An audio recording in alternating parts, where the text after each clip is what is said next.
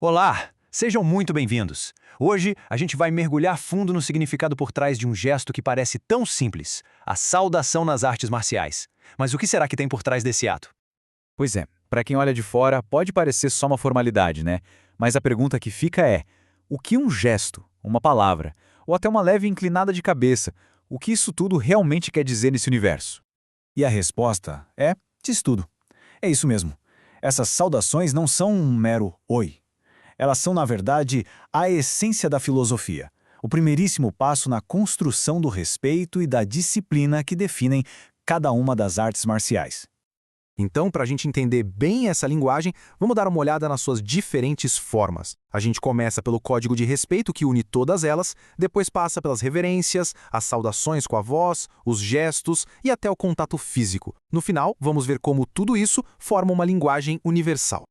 Pensa assim, antes de qualquer golpe, de qualquer técnica, existe um contrato e toda a saudação marcial é exatamente isso, um acordo, mesmo que em silêncio, de respeito mútuo, de disciplina e de um objetivo em comum. É esse gesto que dá o tom para tudo que vem depois, seja num treino ou numa competição. E a forma talvez mais famosa e universal desse respeito é a reverência, aquele simples ato de inclinar o corpo, um gesto que, no mundo todo, significa humildade e reconhecimento. E essa reverência formal que a gente conhece como rei é um elo que conecta algumas das maiores artes marciais japonesas, no karatê, no judô, no aikido.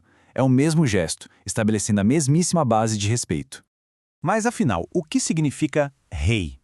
Essa palavra tem um peso gigantesco. Não é só se curvar, sabe? É uma forma de expressar gratidão, respeito e, claro, humildade, tanto para com os mestres quanto para com os colegas e a própria arte. E essa ideia de reverência vai muito além do Japão. Lá no taekwondo coreano, por exemplo, a gente encontra o kyongye. Em várias escolas de kung fu chinês tem o jingli. Os gestos podem até ser um pouquinho diferentes, mas a intenção, lá no fundo, é a mesma. Mas nem só de silêncio vive o respeito. Às vezes, ele vem com a força da voz, com palavras que carregam a energia e o espírito da arte marcial. Palavras que se tornam audíveis, poderosas. Olha, quem já pisou num tatame de karatê ou de jiu-jitsu brasileiro conhece muito bem esse som. Os é uma palavra que serve para tudo. Pode significar sim, entendido, oi, ou até um grito de pura determinação. É uma palavra que simplesmente pulsa com a energia do lugar. Agora, saindo da versatilidade do os, a gente chega no Krav Maga. Totalmente focado na defesa pessoal, a saudação deles é Kida. É um comando curto, direto, que exige atenção imediata. Reflete perfeitamente a abordagem sem rodeios da arte. E da objetividade do Krav Maga, a gente mergulha na ginga da capoeira, onde a saudação é axé, uma palavra que deseja boa energia, força vital. Ela captura todo aquele espírito vibrante e comunitário da roda. Às vezes, um simples salve também faz esse papel.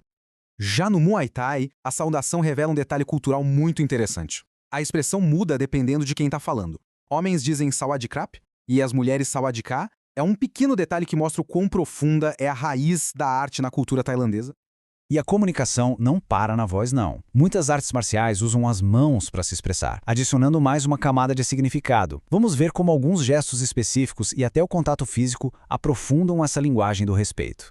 No Muay Thai, por exemplo, o sawadee-krap, ou K, quase sempre vem junto com o Wai.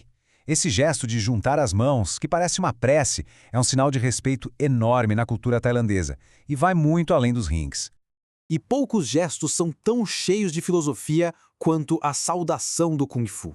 O punho na palma da mão não é um simples cumprimento. O punho fechado é a força marcial. A palma aberta representa a sabedoria, a calma. E juntos eles formam o ideal do guerreiro, a força sendo controlada pela mente e por um espírito pacífico. O toque físico também pode ser uma saudação e tanto. No jiu-jitsu brasileiro, aquele aperto de mão e o soquinho criam um laço de confiança antes de um treino ou uma luta intensa. Na capoeira, o aperto de mão é um ritual para entrar e sair da roda, um símbolo de respeito mútuo dentro do jogo. E a gente não pode deixar de falar do Pago Pugai, a saudação que honra as tradições riquíssimas das artes marciais filipinas, como o Kali, o Arnis e a eskrima.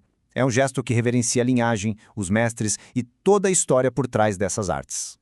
Então, quando a gente olha para tudo isso, um padrão começa a aparecer, né? Rei, os, axé, um aperto de mão, são palavras e gestos de culturas completamente diferentes, mas todos eles, sem exceção, falam a mesma língua, a língua do respeito. E essa linguagem não aparece só no começo do treino.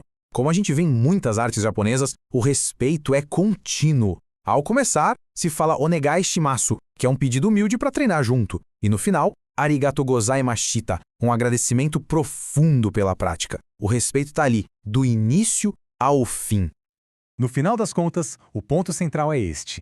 Não importa a forma que ela toma, cada saudação é a base para 3 ideias fundamentais: o respeito pela arte, pelos mestres e pelos colegas, o compromisso com a disciplina e com o foco, e, claro, a construção de uma comunidade com um objetivo em comum.